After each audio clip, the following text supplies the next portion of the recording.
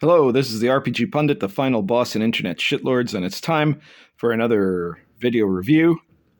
And today, doing a review of a very interesting book, and I don't know how well this is going to look in the video because the gold leaf on the cover makes it hard to spot, but this is the Staffortonshire Trading Company of Works by John Williams, which is another of the recent releases of Lamentations of the Flame Princess. And this is a very interesting, I think you can get a good glimpse of the cover there. It's a very interesting book, because technically, this isn't an RPG book at all. You can see here, I put it next to, there's Meatball. Okay, Meatball has occupied the entire space. Hey, what are you doing? You're right in the way. You are in the way.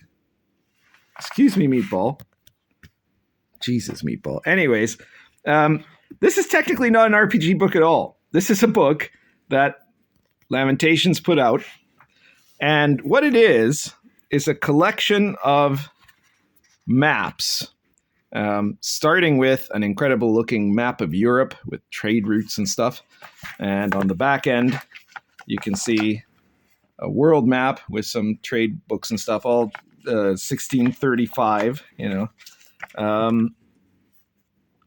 and the story of it is supposedly, you got on the back cover here that you have a guy named John Benjamin Williams, who's a cartographer and architect, employed with the Staffortonshire, which isn't the real place, trading company that is small in size and powerful in connections. And in 1674, he presents his cartographic works, right? And what this really is a big book. Small print, but big book. 126 pages that is almost entirely consisting of maps. Okay? So you get maps for all kinds of things. There's no real RPG material here, no mechanics, no adventure, right? What it is an incredible collection of accurate maps, that are, so to say, accurate to the historical period, which is 17th century, which is a bit ironic. I forget who it was. Somebody just very recently posted somewhere, I don't know if it was on Twitter or something, or in my comments in a YouTube video, that they really like Lamentations of the Flame Princess, but they get the feeling that increasingly as time goes by, Lamentations of the Flame Princess has become less about making books that are meant to be really usable OSR gaming material, and more about weird content and intentionally odd material set in a time period that most RPGs aren't set in, like the 17th century. So, it's a niche, which is fine, but I wonder how much that niche is just only appealing to the existing fan base crowd. But I can see an enormous value in this book, for example, as a table book, almost like a coffee table book, right?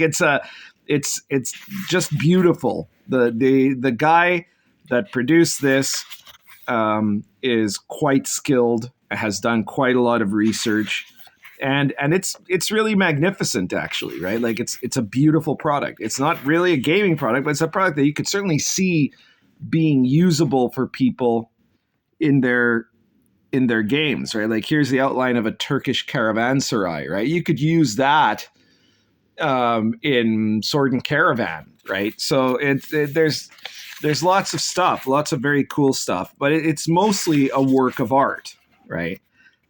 Certainly it could be useful as a resource for designing, any number of things for your campaign. But it's not like a dungeon or something, the guy that made that comment said, I wish we had more of the grinding gear versus, peculiar oddball adventure happening in pretend in a non-existing English village, or something like that. Versailles, the Louvre. So this is amazing. It's quite a remarkable book. This is going to be a very short review also, because there's not much else to say about it, except like if you love maps, and not so much maps exactly as like floor plans more than anything, you're going to be really, really impressed by this. And certainly I can see that there's a value to gamers in this.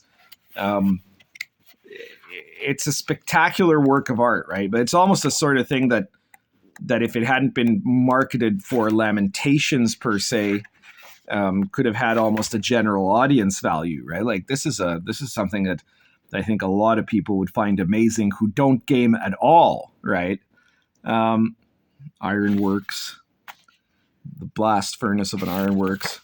Yeah, it's just amazing, right? A cathedral. It's got a real beauty to it, but again, it's not it's not an RPG. It's not an RPG source book or an adventure. It's a reference book, and it's pretty cool. I'll definitely say that. It's beautifully done. I'm a sucker for any book that has a built-in bookmark, and this one has two. That's just fantastic. I love it. Right. So I certainly think this is the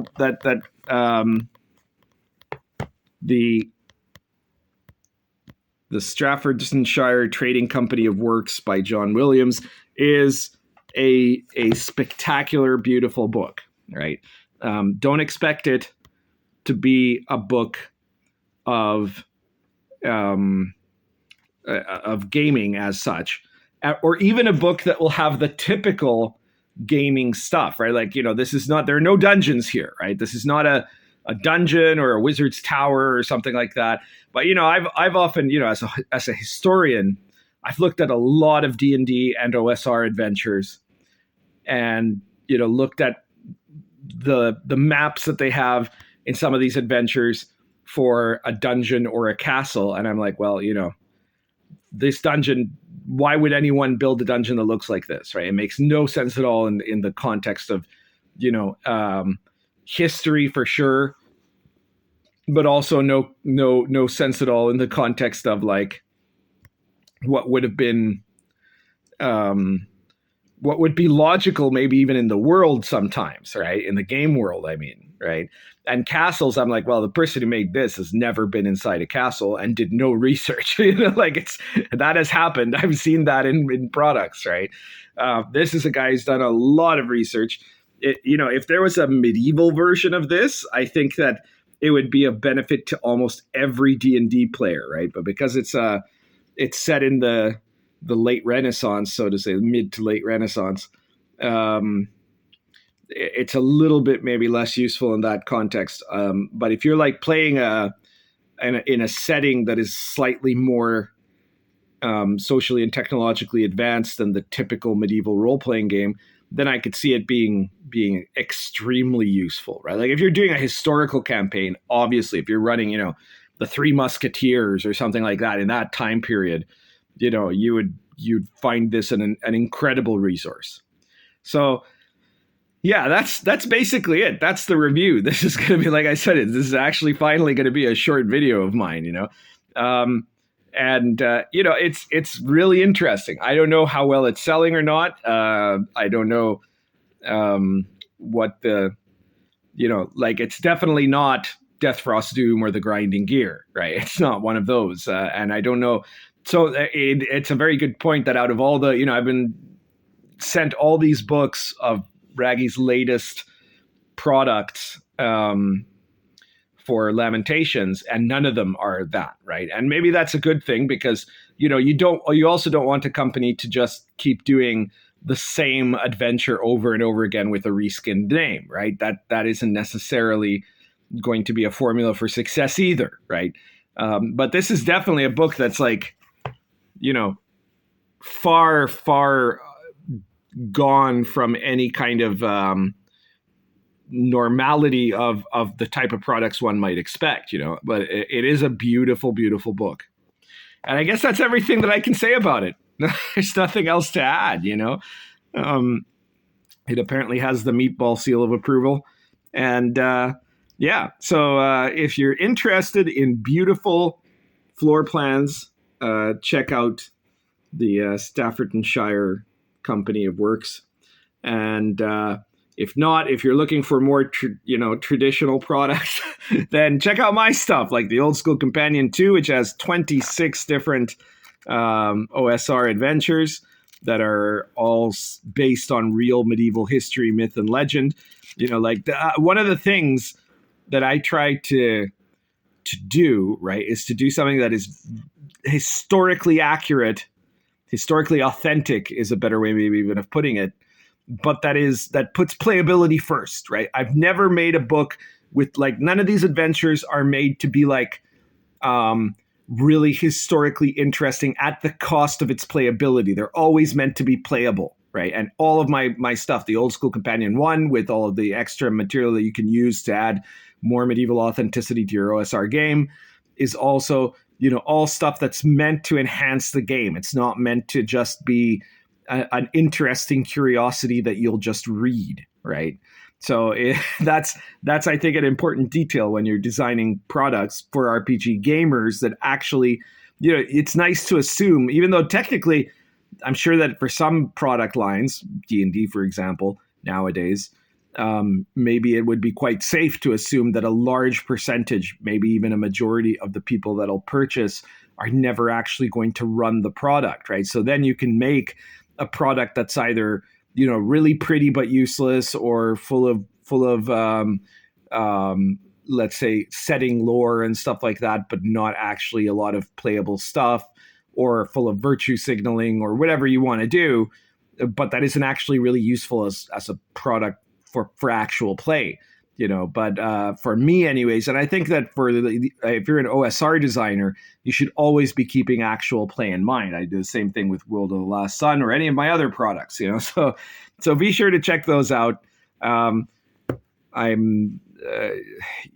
put a link in the description of where you can get the Staffortonshire Company Works, and you can check out in the description below also where you can get all of my products, including the RPG Pundit Presents PDF series, there's 107 issues of it, and they're all PDFs that are priced between like 99 cents to $4.99, so very affordable stuff for you to buy. Sword and Caravan continues to do really well. Also, very, very soon, possibly by the time this video is going live, we will have the first supplement, a PDF supplement for Sword and Caravan that is coming out. I've been keeping it kind of on the down low, but I mentioned it a few times. I believe it's been, the title we decided on was Social Interactions on the Silk Road. And what that is going to be, it's a short book. It's, I think, like 21, 22 pages or something like that. It's an expansion of the D&D reaction mechanics that you can use to make more complex check when characters are engaging in different types of social activity, right? So it's an OSR interpretation, very different than what you get with, like, 3rd edition plus social mechanics, much less to say like some of the weird social mechanics you get elsewhere.